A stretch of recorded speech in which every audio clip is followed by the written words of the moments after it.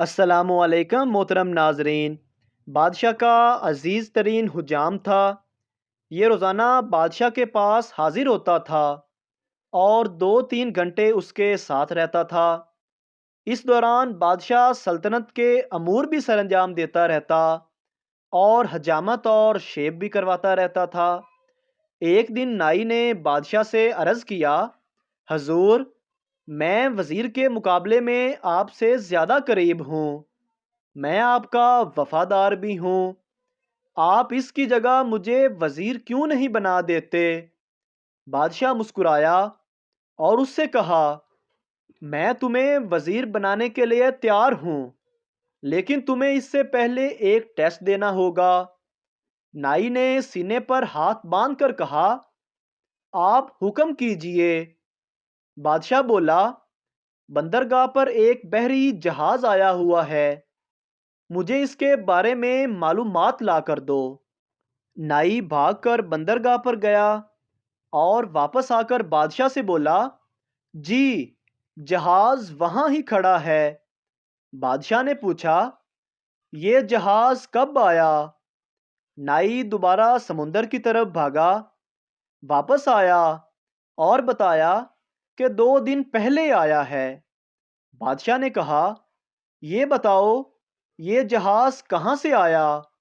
نائی تیسری بار سمندر کی طرف بھاگا، واپس آیا تو بادشاہ نے پوچھا، جہاز پر کیا لدا ہے؟ نائی چوتھی بار سمندر کی طرف بھاگ کھڑا ہوا۔ قصہ مختصر، نائی شام تک سمندر اور محل کے چکر لگا لگا کر تھک گیا۔ اس کے بعد بادشاہ نے وزیر کو بلوایا اور اس سے پوچھا، کیا سمندر پر کوئی جہاز کھڑا ہے؟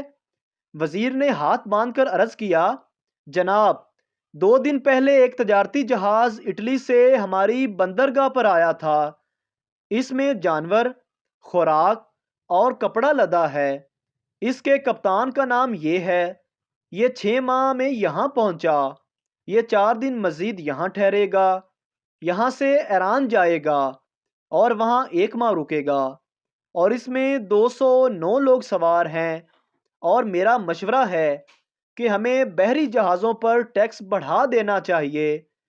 بادشاہ نے یہ سن کر حجام کی طرف دیکھا۔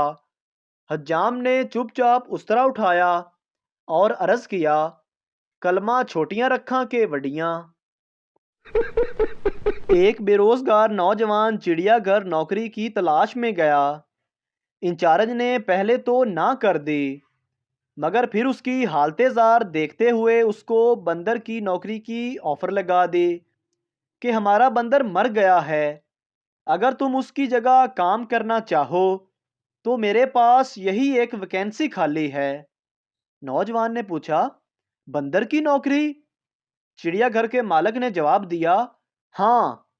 نوجوان نے پوچھا، مگر میں سمجھا نہیں، یہ کی ہے نا عقل کی بات؟ انچارج بولا، کل آ جانا، میں سمجھا دوں گا۔ مجبور جوان دوسرے دن حاضر ہو گیا۔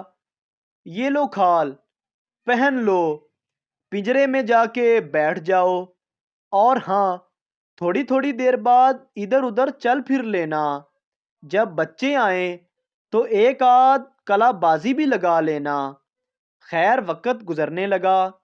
جوان تنگ تو تھا، مگر گھر میں روٹی ملنے سے اس کا دل لگا رہا۔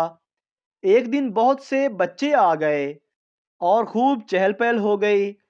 بچے اس کی حرکتوں سے خوش ہو کر مٹھائی، پھل، چپس اور پیسے تک پھینکنے لگے۔ مزید پیسوں کے لالچ میں جوان نے مزید اور لمبی لمبی چھلانگیں لگانا شروع کر دی۔ ایک چھلانگ کچھ زیادہ لمبی ہو گئی اور وہ اچھل کر سامنے والے پنجرے میں جا گرا۔ دیکھتا کیا ہے، یہ پنجرا تو شیر کا ہے۔ خوف سے اس کی چیخ نکلتے نکلتے رکی اور ہچکی بند گئی۔ شیر آرام سے اٹھا اور سکون سے چلتے چلتے اس کے قریب آیا۔ اس نے آنکھیں بند کر لیں اور سمجھ لیا کہ آج بس ہو گئی۔ شیر نے اس کو سونگھنے کی ایکٹنگ کرتے ہوئے منہ اس کے کان کے قریب لایا اور سرگوشی میں کہا، اپنی نوکری دے نال میری نوکری دے بھی پیچھے پیا ہے، وڈی چھال مار، ਤੇ ਵਾਪਸ ਦਫਾ ਹੋ ਆਪਣੇ ਪਿੰਜਰੇ ਵਿੱਚ।